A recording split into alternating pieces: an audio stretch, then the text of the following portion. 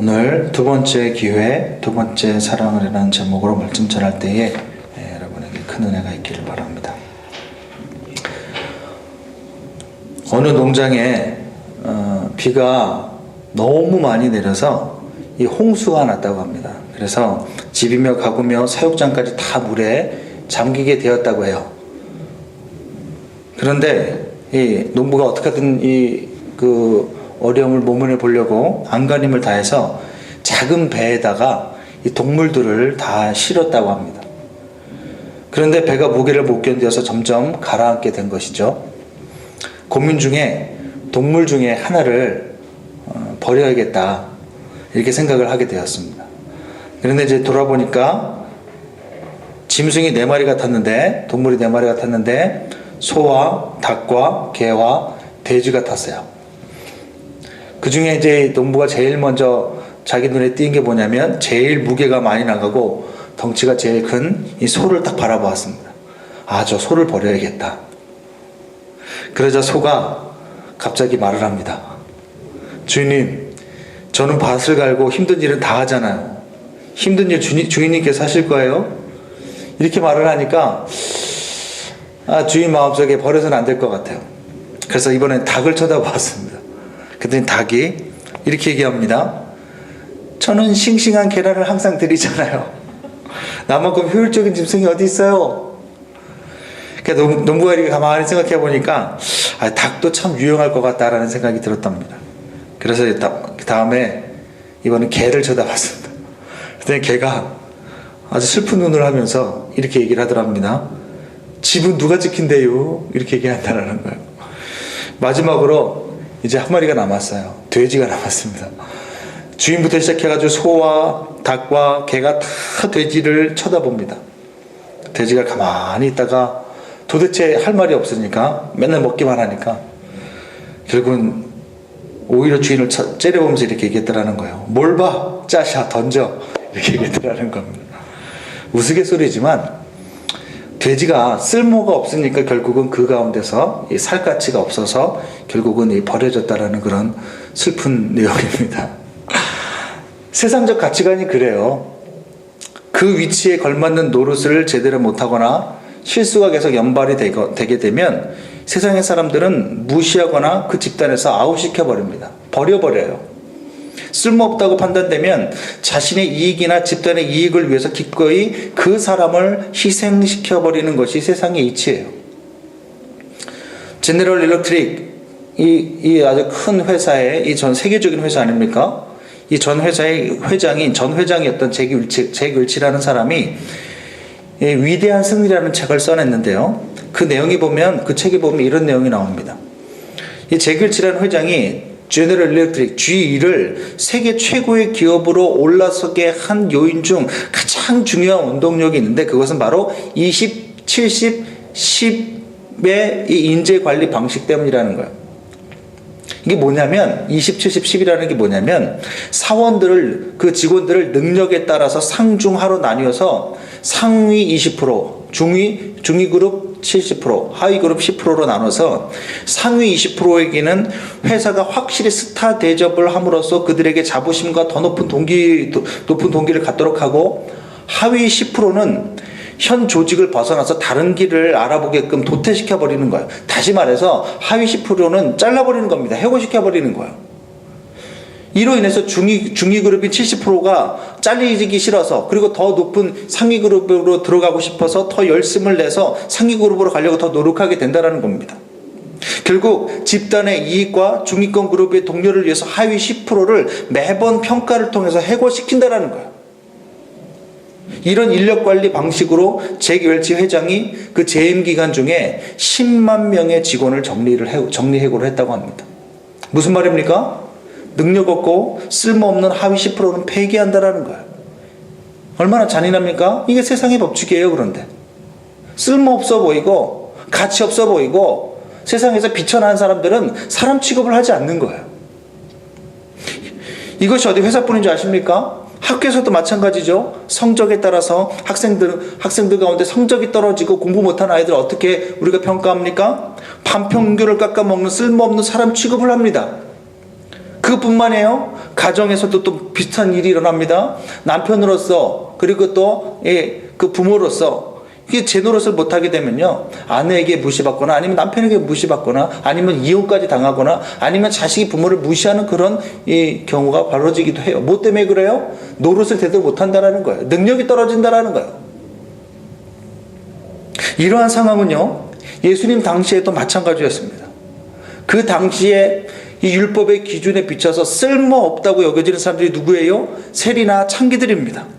이런 사람들은 살 가치가 없는 불필요한 존재들이고, 괜히 기존의 거룩한 사람들이랑 같이 만나게 어울리게 되면 다른 사람들을 부정하게 만들고 다른 사람들을 죄에 있는 사람으로 만들어 버리기 때문에 이런 사람들은 쓸모없는 존재, 죽어야 될 존재. 그래서 가늠하다가 현장에서 걸리면 어떻게 돼? 돌로 쳐서 죽였어요.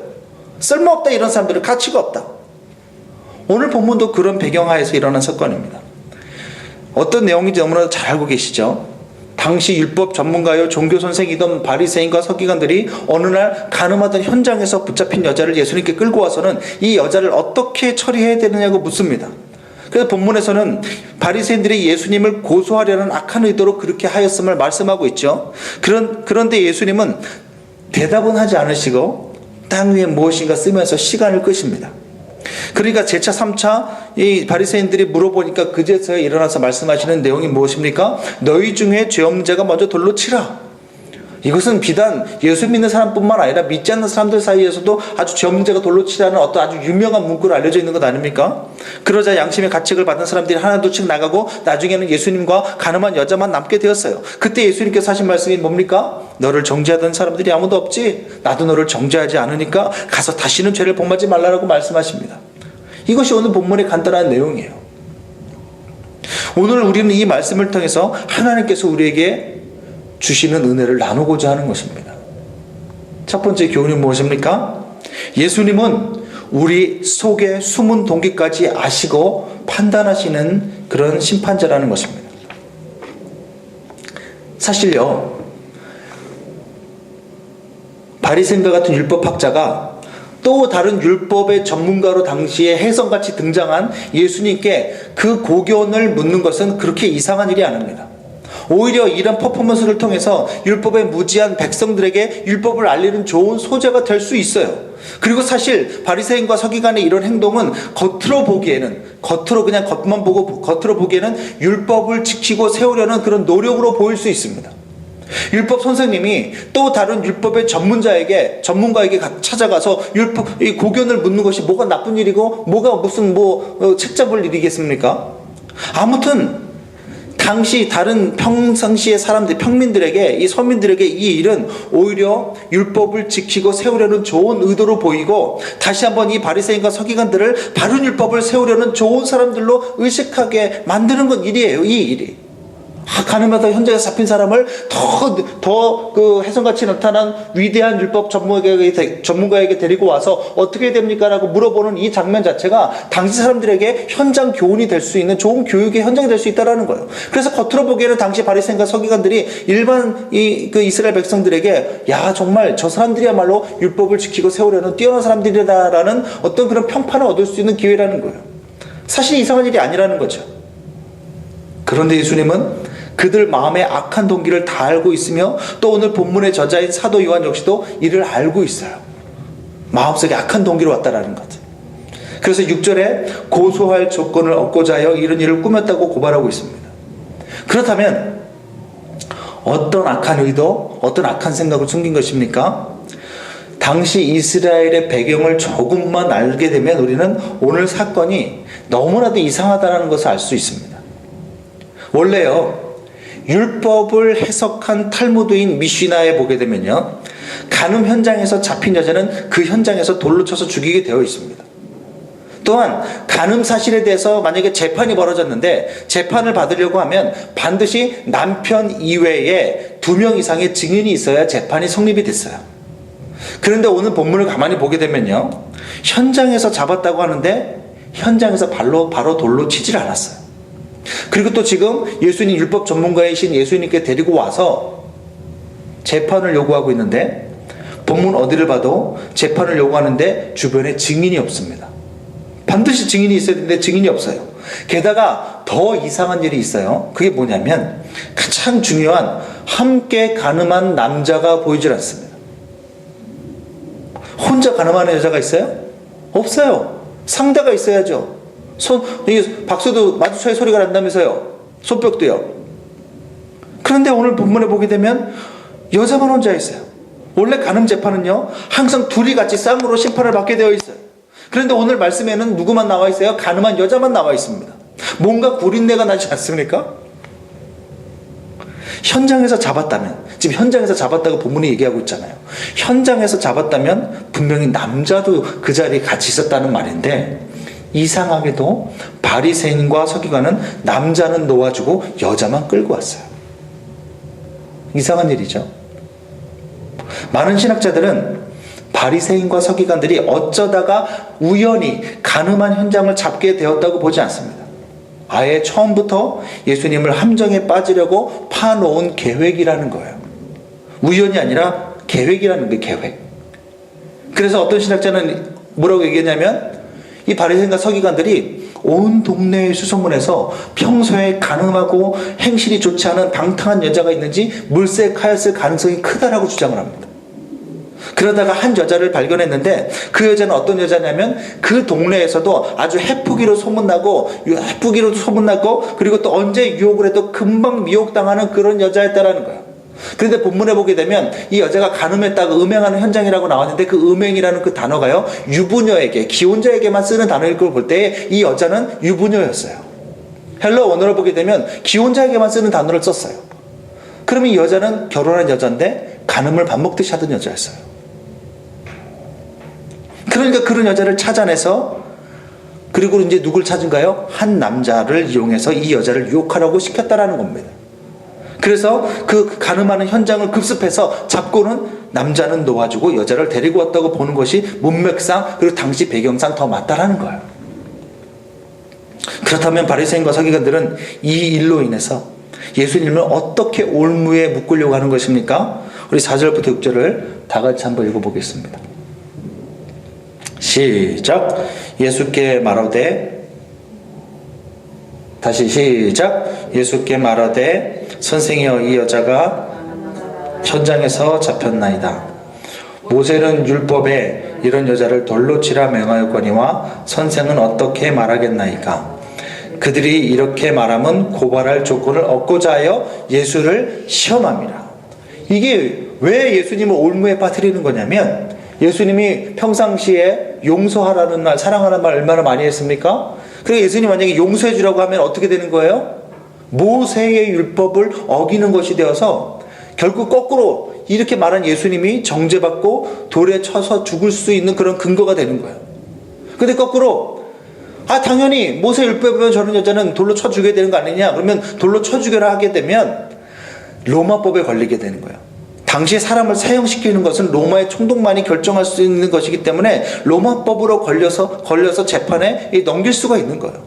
또한 그뿐만 아니라 평소에 원수도 사랑하라고 가르친 예수님을 사람들이 다 알고 있는데, 그런데 거기에 대해서 실제로는 돌로 쳐서 죽이라고 얘기하니까 이런 걸 볼 때의 가르침과 행동이 다른 아주 가식적인 사람이다. 저 예수라는 사람은 믿을 수 없는 사람이다. 이율배반적인 사람이고 무자비한 사람이라고 또 정죄할 수가 있는 거예요. 어떻게 대답하든지 간에 돌로 치라고 하든 아니면 용서하라고 하든 사해주라고 하든 풀어주라고 하든 예수님은 걸리게 되어 있는 거예요. 그래서 그 가늠한 여자를 예수님 앞에 세우고는 물은 것입니다.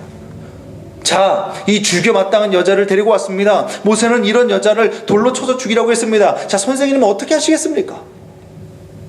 겉으로 보기에 그들의 계획은 완벽했습니다. 빠져나갈 방법이 없었어요. 어떻게 대답해도 걸리니까요.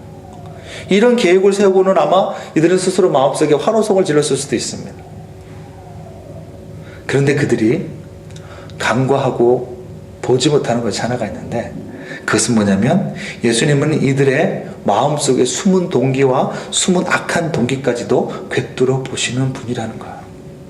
아무리 겉으로는 율법을 세우려는 거룩한 노력으로 포장을 다 했지만, 그래서 당시에 예수님 아닌 나머지 모든 사람들은 이 바리새인과 서기관을 보면서 율법을 세우려는 거룩한 사람들로 그렇게 오해를 했지만, 예수님은 그런데 속지 아니하시고 그 안에 도살인 악한 동기와 악한 욕심까지 꿰뚫어 보셨더라는 거예요. 이미 모든 음모를 다 알고 계시는 거예요. 그래서 예수님은 이런 그들의 악한 동기를 폭로하고 지적하는 방법으로 이들의 악한 계획을 완전히 무산시켜버리고 무너뜨려 버립니다. 그것이 무엇입니까? 너희 중에 죄 없는 자가 먼저 돌로 치라는 거예요. 이 말이 뭡니까? 그 자리에 있었던 다른 사람들도 마음속에 얼마나 악한 죄악들이 많이 있었겠어요. 그런데 그것뿐만 그런 사람들은 물론이요, 마음 가운데 불순한 동기로 그 여자를 데리고 나온 바리새인과 서기관들 역시 이 재판장같이 준엄한 예수님의 이 말씀 앞에 감히 나설 수가 없게 된 거예요. 오늘 본문에 보게 되면 뭐라고 나와요? 양심에 찔렸다고 나와요. 양심의 가책을 받았다고 나와요. 무슨 말입니까? 그들 마음속에 있는 양심이 그들 마음의 동기가 불순하고 선하지 못하고 악하다라는 것을 지적하고 결국은 정죄하였다라는 거예요. 그래서 결국 돌로 치지 못하고 물러나게 되는 거죠. 이것이 어디서 어떻게 가능해요? 그 마음의 숨은 동기를 예수님이 보셨기 때문에 그것을 지적할 때에 이 사람들이 물러날 것이라는 것을 알고 계신 거죠. 여기서 우리는요, 주 예수님은 겉으로 드러나는 선해 보이는 행동을 주목하시는 분이 아니라 행동과 함께 그 마음의 중심과 그 마음의 동기를 동시에 보시고 판단하시는 주님이심을 알 수 있어요. 바리새인과 서기관의 악함이 무엇입니까? 율법을 지키는 행동이 악한 게 아니에요. 그 11조를 내고 박하와 여러 가지 하는 정말 율법을 지켜내는 그 행동이 악한 것이 아니라 그 율법을 지키려는 그들의 동기가 하나님 앞에 이기적이고 악하다라는 거예요. 뭐라고요? 행동이 악한 것이 아니라 그들의 그런 행동을 하는 그 마음의 숨은 동기가 악하다라는 거예요. 지금 예수님 지적하시는 건 지금 그겁니다. 솔직히 예수님이 나타나기 전까지는요, 바리새인과 서기관들은 대접받았어요. 그것이 밥벌이였습니다.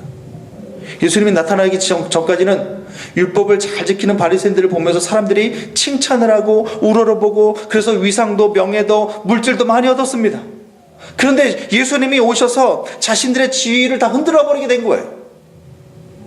그동안 자신들이 그토록 쌓아올렸던 밥그릇이며 명예며 이런 것들을 다 예수님께서 깨트려 보시는 거예요. 뭐라고 얘기를 했어요? 사실 이 바리새인과 서기관들 향해서 회칠한 무덤이며 평토정한 무덤이고 너희 속에는 악독한 더러운 것이 가득하도다.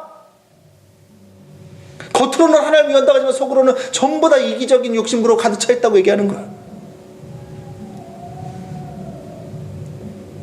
그래서 자기들의 위치와 자기들의 명성과 자기들이 가지고 있었던 누리고 있는 이 정말 모든 좋은 것들, 이것들을 예수님 때문에 놓치게 될 것 같으니까 결국은 이들은 자기들의 위치와 자기들의 밥그릇을 지키기 위해 자기들의 안정과 평안을 위해 진리를 말씀하시는 예수님을 함정에 빠뜨려 제거하려고 한 것입니다.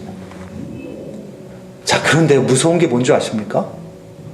이 사람들이 바리새인과 서기관들이 예수님을 올무에 걸어서 넘어뜨리려고 하는 그 악한 의도를 가지고 악한 계획을 했는데, 여기서 무서운 건 뭐냐면 이들이 사용한 것이 하나님께서 주신 거룩한 율법이라는 거예요. 자신들의 욕심과 자신들의 악한 음모를 가지고 어떤 한 사람을 진리를 말하는 어떤 사람을 죽이려고 했는데, 근데 그들의 사용한 방법이 뭐냐면 거룩한 율법을 사용했다는 거예요. 하나님의 말씀을. 여기서 우리는 무서운 사실을 알 수 있어요. 얼마든지 하나님을 섬기는 거룩한 도구가 개인의 사심을 채우는 무기가 될 수도 있다는 거예요. 하나님을 섬기는 아주 선해 보이는 행동이 그것이 거꾸로 하나님의 구속사와 하나님의 열심을 막는 사탄적인 행동이 될 수 있다는 거예요. 우리는 어떻습니까? 우리가 하나님을 섬기는 진짜 목적이 무엇이에요? 내 위상이 높아지고 내 기도가 응답돼서 사람들이 나를 우러러보게 되는 것입니까? 내 자식이 잘 돼서 내 기도가 얼마나 잘 응답되는지 사람들에게 보여주려는 것은 아닙니까? 아니면 더 형통해지고 잘 되면 사람들이 나를 우러러보고 인정해 줄 것 같아서 그런 건 아닙니까? 아니면 순전히 우리가 그토록 열심히 신앙생활하고 기도하는 이유가 순전히 더 많이 가지고 더 높이 올라가야 행복할 것이라는 세속적인 생각 때문은 아닙니까? 우리 주 예수님은 절대로 그런 것에 속지 않으신다라는 거. 아무리 내가 교회 안에서 교회 밖에서 봉사하고 선해 보이는 행동을 한다 할지라도 그 마음에 숨은 동기를 예수님은 아신다라는 거예요. 무엇 때문에 예배드리는가? 무엇 때문에 앞에서 찬양하는가? 공명심, 보이고자 하는 욕심, 사람들에게 나타내고자 하는, 드러내고자 하는 그 숨은 악한 동기를 예수님은 다 알고 계신다라는 거예요. 솔직히 저도 너무 부끄러운 게 있습니다. 예전에 사역했던 교회에서 그 교회가 참 기도를 많이 하던 교회였어요. 담임 목사님도 기도를 많이 하시고, 그래서 저도 이제 거기서 거의 매일마다 몇 시간씩 기도를 했던 것 같습니다. 새벽에도 한 2시간 정도, 그리고 밤에도 또 1시간 이상씩 기도를 하고. 그런데 여러분, 참 재밌는 현상이 나타나는데요. 어느 순간부터 새벽 기도가요, 이상하게 변질이 되더라고요. 제 새벽 기도가. 어느 순간부터 사람들에게 보이기 위해서, 또한은 앞에 설교할 때 말하기 위해서 새벽 기도하는 제 자신을 발견을 했어요. 왠지 새벽 기도를 나가지 않고 기도하지 않으면 그날 설교가 잘 안 될 것 같은 생각이 들어서 새벽 기도를 하는 거예요. 웃기지 않습니까? 솔직히 어떤 날은 또 어떤 일이 있었느냐면, 새벽에 기도하는데 담임 목사님도 일찍 가셨어요. 그런데 어떤 권사님이 저보다 늦게까지 계속 끝까지 남아서 기도하는 거예요. 기도 배틀이 붙은 거예요. 그래가지고 기도 배틀이 붙어가지고 올해 누가 오래 하나 뭐 보자. 나중에 보니까 한 3시간 가까이 엎드려 있는데, 저는 기도하는 게 아니고 누가 먼저 일어나느냐, 그거를 배틀이 붙은 거예요. 나중에 권사님 먼저 일어나시더라고요. 그때 나오면서 마음속에 희열이 느껴지는 거야. 이야, 오늘도 내가 맨 마지막까지 남아있었구나. 그때 제 마음속에 기도하는 숨은 동기가 뭐냐면, 나 이렇게 신령한 사람이야, 나 이렇게 기도 많이 해, 그러니까 까불지 마, 이런 마음인 거예요. 여러분, 아무리 기도 많이 하고 아무리 봉사 열심히 해도요, 이 마음속에 숨은 동기, 하나님은 아세요. 그것이 사람은 다 속아 넘어갈지 몰라도 하나님은 속지 않으세요. 중심을 보시는 하나님이라는 거 잊지 마십시오. 물론 하나님 나라를 위해서, 교회를 위해서 봉사하거나 기도하지 말라는 거 아니에요. 너무나도 귀한 일이에요. 예수님께서 그래서 뭐라고 말씀하셨어요? 이것도 취하고 저것도 버리지 말라고 말씀하신 게 뭐예요? 선한 열심을 가지고, 선한 동기를 가지고 기도하고 봉사하라는 거예요. 하지 말라는 게 아닙니다. 다만 우리 마음속에 이 동기를 늘 점검하라는 거예요. 혹시 새벽기도 나오는 것이 우리의 의가 되고 있다면 차라리 나오지 말고 집에서 골방에 들어가서 아무도 보지 않는 곳에서 기도하는 것이 더 낫다고 말씀하셨어요. 누가요? 예수님이요. 예수님이에요. 예수님이. 제가 말한 거 아니에요? 화내지 마십시오. 우리의 삶을 평가하시는 하나님의 기준은 겉으로 드러난 헌신과 행동만이 아닙니다. 아무리 자기 몸을 불살라 내어준다 하더라도 그 마음의 동기가 하나님 사랑이 아니고 예수 그리스도 때문이 아니고 자기 목적을 위한 것이라면 아무런 유익이 없다라는 거예요. 주 예수님에 대한 우리의 헌신과 성김의 행동은 반드시 순수하게 주 예수님에 대한 사랑과 이웃에 대한 사랑이 동기가 되어야 되는 겁니다. 나에게 아무런 유익이 없고 아무런 칭찬이 없다 해도 그 누구도 나를 인정해주지 않는다 하고 내 평생의 삶이 천덕꾸러기로 마감하게 된다 할지라도 하나님께서만 그걸 알아주신다면, 주 예수님의 그 사랑이 그것이 동기가 된다면, 그것이 하나님 앞에서 카운트가 되고 정말 주님께서 귀하게 보시는 그런 모습이라는 것입니다. 이것이 언제 드러나요? 이 세상에선 드러나지 않아요. 하지만 반드시 우리가 주 예수님의 심판대 앞에 서게 될 때에 그 주 예수님 앞에 그동안 가리워졌던 우리 안에 모든 숨은 동기들이 낱낱이 드러나게 될 것이고, 그때 주 예수님께서 우리를 전능하신 재판장이신 주 예수님께서 우리의 삶을 인정하실 그날이 우리 안에 모든 억울함들이 벗겨지는 귀한 날이 될 것입니다. 두 번째로 오늘 본문은요, 예수님은 언제나 second chance, 두 번째 기회를 주시는 분이라는 겁니다. 여러분, 예수님의 사랑이 용서하지 못할 죄인이었고 예수님의 사랑이 덮어주지 못할 죄악이 없음을 믿으십니까?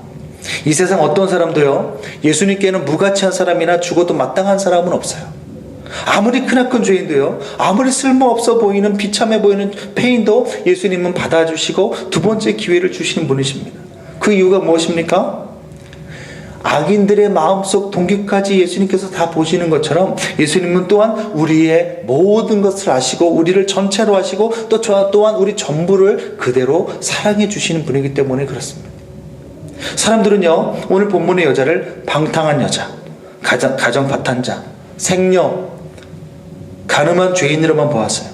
사람의 눈으로 볼 때요, 이 여자는 당시 사회의 기준으로는 쓸모없는 기생충 같은 존재고요, 그리고 죽어마땅한 짐승 같은 존재였습니다. 쓸모가 없어 보여요. 오히려 사람들에게 죄를 오염시키는, 사람들을 부정하게 만드는 그런 사람일 뿐인 거예요. 하지만 이 여자의 전부의 모습이 아니라 부분적인 모습만 그들은 본 것입니다. 겉으로만 보았기 때문에 그렇게 판단한 거예요. 진짜 깊은 이 여자의 마음속의 속사정과 깊은 마음의 상처는 그 누구도 보질 못하는 거예요. 그것이 사람의 한계입니다. 이처럼 사람의 시각은요, 겉모습에만 한정되어 있고 또한 부분적일 수밖에 없기 때문에 그것만 보고 손가락질하고 판단하고 미워하고 정죄하게 되어 있습니다. 페이스북에서 이런 글을 제가 봤어요. 한 의사가요, 응급수술을 위해서 긴급 전화를 받고는 막 불이 났게 병원으로 급히 돌아와서는 수술복으로 갈아입고 수술실로 향하고 있었대요. 그런데 병원 복도에서 그 의사를 기다리고 있던 환자의 아버지를 만난 거예요. 근데 의사를 보자마자 이 아버지가 소리를 지릅니다. 아니 도대체 오는데 어떻게 하루 종일 걸립니까? 당신은 내 아들의 생명이 얼마나 위급한지 모르나요? 의사로서 그 어떤 책임의식도 없어요? 막 소리를 지르고, 그 의사가 미소를 지으며 대답합니다. 죄송합니다. 제가 외부에 있어서 그래도 전화 받자마자 달려왔습니다. 수술을 시작할 수 있도록 마음을 조금만 진정해 주셨으면 좋겠어요, 아버님. 진정하라고? 만약 당신 아들이 지금 여기서 지금 죽어가 위기에 처했다면 그렇게 말할 수 있겠어? 내 아들이 죽으면 당신 책임질 거야? 소년의 아버지는 매우 화나면서 막 말을 하는 거예요. 의사는 다시 얘기합니다. 아들을 위해서 기도해 주시기 바랍니다. 분명히 하나님께서 도와주실 겁니다. 참나, 자기 아들이라고 편안히 말하는 거, 정말 편하게 말하는 거만. 몇 시간 수술이 다 끝나고 의사가 이제 수술실장 나서는데 밝은 표정으로 나옵니다. 그러면서 얘기해요. 다행히 수술이 잘 되어서 생명에 지장이 없을 겁니다. 더 궁금한 게 있으면 제가 좀 급한 일이 있어서 간호사에게 물어보십시오 하고, 이 의사는 또 황급히 또 달려서 병원 밖으로 나가는 거예요. 아들의 상태를 물어보려다가 이 거절당한 애 아버지가 너무 화가 나서 또 옆에 있는 환자의 그 간호사에게 소리를 질렀답니다.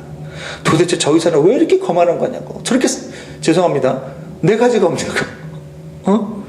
어떻게 내 아들에 대해서 이렇게 생사를 넘나르던 내 아들의 상태를 알고 싶은데 그거 한마디 대답도 안 해주고 저렇게 갈 수가 있냐고. 정말 좀 못된 사람이고 인간 말종이라고, 저 의사는. 그러자 수술실에서 같이 나온 이 간호사가 말을 합니다. 근데 간호사가 눈물이 글썽거리면서 얘기를 해요. 아버님, 그렇게 함부로 말씀하지 마세요. 함부로 판단하지 마세요. 저 의사 선생님의 아들이 어제 교통사고로 목숨을 잃었어요. 장례 중에 수술 전화를 받고 급히 들어온 겁니다. 그래서 지금 아드님의 목숨을 살리고 자기 아들의 장례를 치르러 가신 거예요. 우리는 이렇게 사람을 부분적으로만 보기 때문에 사람을 함부로 판단하고 정죄하고 매장하려고 하는 경향이 있어요. 어쩔 수 없어요. 사람의 시선이 그렇습니다. 근데 사람은 절대로 믿을 것이 못해요. 제가 예전에 정말 어떤 한 형제를 내가 거의 수제자와 같이 가르치고 그 사람에게 얼마나 제가 마음을 주고 얼마나 또 그 사람을 제가 애지중지하면서 제가 데리고 다니면서 이렇게 했는지 몰라요. 그런데 어느 날 일어난 어떤 한 사건 일부만 보고 저를 전부로 마치 그런 사람인 것처럼 오해를 하고 저를 무시하고 공격하기 시작하더라고요. 이처럼 사람은 일부만 볼 수밖에 없어요. 의지할 대상이 아니에요. 하지만 예수님은 우리를 일부만 보시는 분이 아니십니다. 우리의 전부를 아시고 우리 마음속 깊은 상처까지 아시고 사랑하시는 분이 바로 예수님이세요. 그러니까 이해해 주시고 우리를 사랑해 주시는 것입니다. 오늘 본문에서 예수님은요, 그 여자의 겉모습이 아니라 전부를 아시고 사랑하셨기 때문에 용서하시고 두 번째 기회를 주신 것입니다. 다른 사람들은요, 뭐만 봐요? 여자의 못된 음행만 보았지만 예수님은 그 여자 마음속 깊이 내재된 상처와 눈물을 보셨어요. 가늠한 여인의 해퍼 보이는 몸짓이 사실은 사랑받지 못한 데서 오는 외로움을 극복해보려는 몸짓이요, 힘들고 가난한 집안에서 태어나 배운 것이 없어 그저 살아가기 위한 수단이었던 것을 예수님은 아신 것입니다. 겉으로는 쾌락 속에서 즐거워도 깔깔거리지만 사실 이 여자가 혼자 있을 때는 남몰래 이불에 얼굴을 파묻고 우는 그 여자의 모든 상처와 아픔을 주님은 아셨고 그래서 그것을 불쌍히 여기고 용서하신 것입니다. 하지만 그 무엇보다도 예수님이 이 여자를 용서하시고 정죄하시지 않으신 이유는 예수님께서 오신 목적이 그렇게 사단에게 속아 죄와 사망의 노예로 살아가는 죄인들을 구원하기 위해 오셨기 때문에 그렇습니다. 우리 같은 죄인을 위해서 대신 죽으시러 오셔서 지금 그 십자가를 지러 가시는 길이시기 때문에 이 여자를 용서하실 수 있었던 거예요. 예수님 오신 목적이 그거니까요. 그래서 예수님은 다시금 그 죄를 사하여 주시고 다시 죄를 범하지 말라고 두 번째 기회를 주신 것입니다. 주 안에서 사랑하는 여러분, 이 세상에서 우리가 진실로 의지하고 진실로 사랑할 분이 누구십니까? 오직 주 예수님밖에 없음을 믿으시기 바랍니다. 자녀라 하더라도 부모라 할지라도 우리 속 깊은 아픔과 눈물까지 보지를 못합니다. 그저 겉으로 드러나는 것으로 겉으로만 판단하고 정죄할 뿐이에요. 그리고 이 세상 그 누구도 우리를 있는 모습 그대로 받아주실 분이 없어요. 우리 전부를 다 알면서도 우리 마음에 상처와 눈물을 다 하시고 우리 눈의 눈물을 닦아주실 분은 우리를 위해 대신 십자가에 죽으신 주 예수님밖에 없으심을 여러분 믿으시기 바랍니다. 그러므로 우리는 사람에게 인정받고 사람에게 좋게 보이려는 모든 시도를 중단하고 주 예수님 앞에 있는 모습 그대로 상처 입받은 모습 그대로 나아가도록 노력해야 돼요. 지금도 피로 물들어서 사랑한다고 말씀하시는 주 예수님의 음성을 듣고 흘려주신 그 보혈로 다시금 죄악의 상처들을 씻어내고 다시는 주 예수님을 십자가에 못 박은 이 죄를 반복하지 않겠노라고 다짐하고 결단해야 된다는 것입니다. 그것이 우리를 전부로 이해하시고 용서해 주시고 받아주신 주 예수님의 사랑에 대한 우리의 바른 반응이에요. 솔직히 저도 이 자리에 설 수 없는 그런 사람입니다. 지난날 동안에 제 마음의 숨은 동기와 악한 생각들이 저 앞에 파워포인트에 그대로 다 노출된다면 전 아마 이 자리에 설 수 없을 것 같아요. 너무 부끄러워서. 어떨 때는 그런 제 자신에게 회의가 들기도 합니다. 정말 이런 게 정말 목사가 맞나. 하지만 그럼에도 불구하고 늘 나 같은 죄인을 전체로 받아주시고 알아주시고 이해해 주시고 보혈로 씻어주시는 그 사랑이 있기에 오늘도 제가 이 강단에 서는 것은 내 악한 생각, 내 악한 모습 때문이 아니라 그 십자가의 사랑을 의지해서 오늘도 이 강단에 서는 것입니다. 그 주 예수님이 오늘 동일하게 우리를 안으시고 우리를 바라보시며 말씀하십니다.